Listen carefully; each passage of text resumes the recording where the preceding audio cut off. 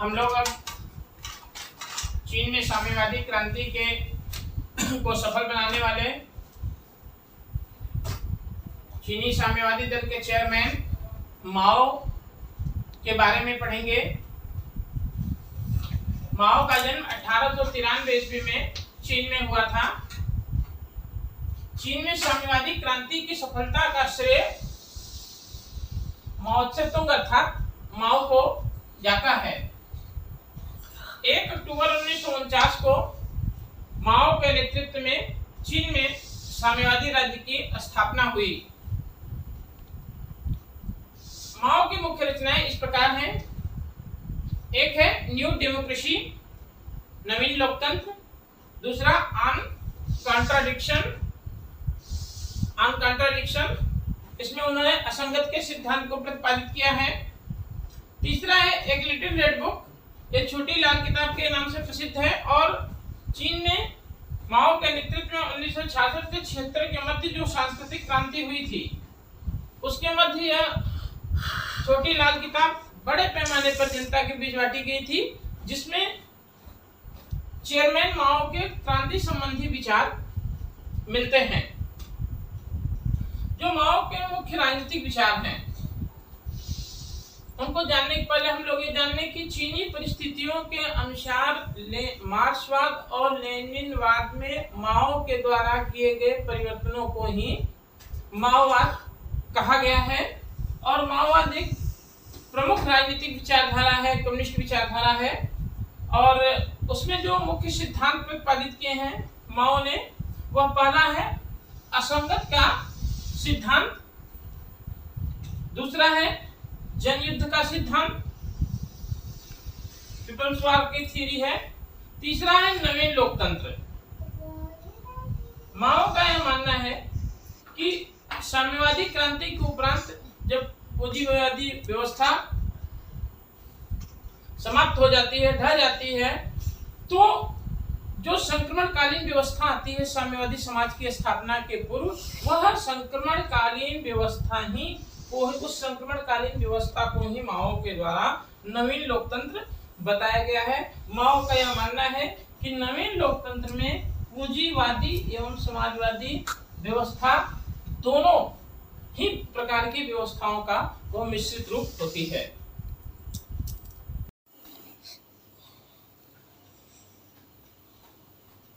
चीन में लॉन्ग मार्च का नेतृत्व माओ के द्वारा किया गया था, अर्थात लॉन्ग मार्च से माओ संबंधित हैं। माओ का यह मानना है कि क्रांति के जो साधन है वो कृषक हैं, जबकि मार्क्स के द्वारा यह माना गया था कि क्रांति का नेतृत्व औद्योगिक मजदूर वर्ग के द्वारा किया जाएगा, अर्थात मजदूरों के द्वारा किया जाएगा। लेकिन माओ ने चीनी परिस्थितियों के अनुसार मार्क्स की इस विचार में परिवर्तन करते हुए कहा कि क्रांति के जो साधन होंगे वो किसान होंगे और माओ ने क्रांति में जनसाधारण की महत्वपूर्ण भूमिका को रेखांकित किया। जहां पर लेनिन का यह मानना था कि क्रांति लाने में कम्युनिस्ट पार्टी की सबसे महत्वपूर्ण भूमिका होगी, वहीं पर माओ का यह मानना है कि क्रांति के लाने में जनसाधारण की महत्वपूर्ण भूमिका होगी। माओ ने युद्ध की अनिवार्यता पर का सिद्धांत प्रतिपादित किया है। माओ शक्ति उपासक थे, अर्थात जो है माओ शक्तिवादी दर्शन में विश्वास करते थे और इस संबंध में माओ की प्रसिद्ध उक्ति है कि राजनीतिक सत्ता बंदूक की नोक से निकलती है। यह प्रश्न प्रायः पूछता रहता है कि यह किसका कथन है? राजनीतिक सत्ता बंदूक की नोक से निकलती है। और इसी संबंध में माओ का एक अन्य विचार है कि समाजवाद या साम्यवाद का निर्माण शांत लहरों एवं मंद बयारों से संभव नहीं है। समाजवाद या साम्यवाद का निर्माण शांत लहरों एवं मंद बयारों से संभव नहीं है। माओ ने गुरिल्ला युद्ध पद्धति अर्थात छापामार प्रणाली का समर्थन किया है और माओ ने विश्व को 2 शिविरों में विभक्त माना है, एक साम्राज्यवादी और दूसरा साम्यवादी। माओ विश्व को साम्राज्यवादी और साम्यवादी 2 शिविरों में विभक्त मानते थे। माओ राज्य का अंत करने के विचार के विरोधी हैं। माओ राज्य का अंत करने के विचार के विरोधी थे, जबकि मार्क्सवाद की यह मौलिक धारणा है मार्क्स और एंजल्स की कि जो साम्यवादी समाज स्थापित होगा उसकी सबसे मुख्य विशेषता में पहली विशेषता है कि राज्य वर्ग विहीन और राज्यहीन समाज। लेकिन माओ ने राज्य का अंत करने का विचार का विरोध करते हुए राज्य को और अधिक शक्तिशाली बनाने पर बल दिया है। अब आते हैं हम लोग माओ की सांस्कृतिक क्रांति पर।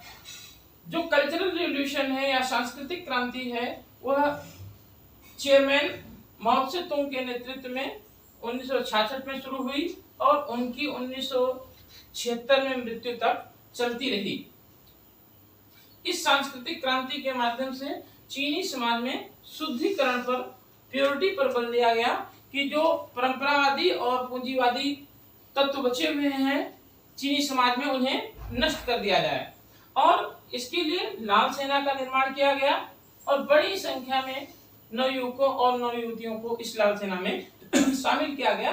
सांस्कृतिक क्रांति का जो वास्तविक उद्देश्य था वह था कि चीनी समाज में माओवादी विचारों को प्रसारित करना और माओ के विचारों को लोगों को आत्मसात कराना। माओ ने इसमें कुछ महत्वपूर्ण नारे दिए थे। एक तो यह दिया गया कि 100 फूलों को खिलने दो, अर्थात माओ का यह मानना था कि समाज में वैचारिक स्वतंत्रता दी जानी चाहिए, सभी को अपनी बात कहने का अधिकार प्राप्त है, सभी को अपनी बात व्यक्त करनी चाहिए और इसीलिए यह था इनका नारा कि 100 फूलों को खिलने दो। दूसरी चीज जो है माओ ने लोगों को इस बात के लिए उकसाया कि यदि आप चीनी साम्यवादी दल के विचारों से सहमत नहीं हैं तो आप उसके विचारों का विरोध किए। और इस संदर्भ में उनका प्रसिद्ध स्टेटमेंट था कि बम्बार्ड दी हेडक्वार्टर, मुख्यालय पर बम फेंक दो। आपको इतनी स्वतंत्रता दी गई है कि आप जो है चीनी साम्यवादी दल के विचारों का विरोध करें और यहाँ तक कि आप हेडक्वार्टर पर बम फेंक सकते हैं। यद्यपि यह सिर्फ वो अवसर था जिसमें माओ का यह विचार था कि इन बातों को कहने से जो लोग माओवादी उसके माओ के विचारों से असहमत होंगे वे सामने आएंगे। और बाद में वास्तव में ये हुआ कि जो सामने आए उनका बड़े जो है तरीके से, बुरी तरीके से उनको उत्पीड़ित किया गया। तो कुल मिलाकर के चीन में साम्यवादी क्रांति का उद्देश्य चीनी समाज में माओवाद को प्रसारित करना था, माओ के विचारों को समाज में आत्मसात कराना था। धन्यवाद।